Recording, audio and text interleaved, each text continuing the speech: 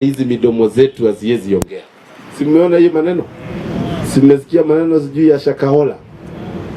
Na mimi ningetaka kusema hivi, kwa sababu steps zile president amechukua, kwanza lazima tuangalie wale watu wanatumia jina ya kanisa kujinufaisha na kufanya maneno ambayo ni ya kishetani. Ni muhimu sana hawa watu wachukuliwe sheria.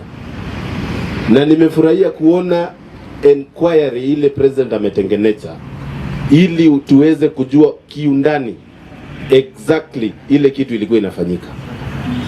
Lakini nimeshangaa sana tena jana naona huyu jamaa wetu wa opposition ati amechukua gari anataka kwenda huko Shakahola.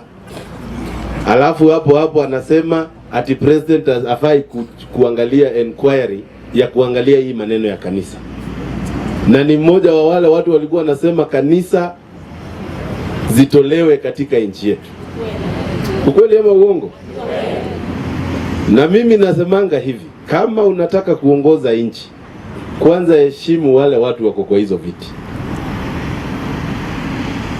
Na kama huwezi heshimu president na unataka kuwa president, hata Mungu hawezi taka wewe kuwe president.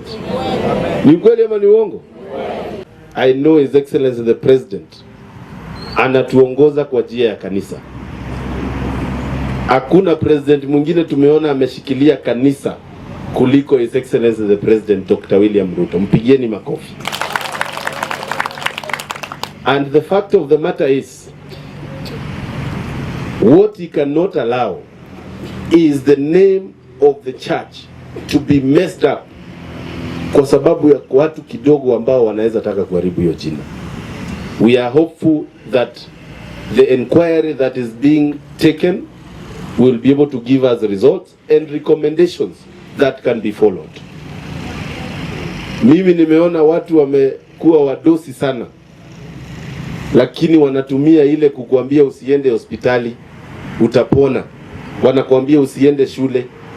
Mtu yoyote anakwambia atakuponya na usiende hospitali, na si daktari kama rafiki yetu hapa, huyo ashindwe kwa jina la Yesu.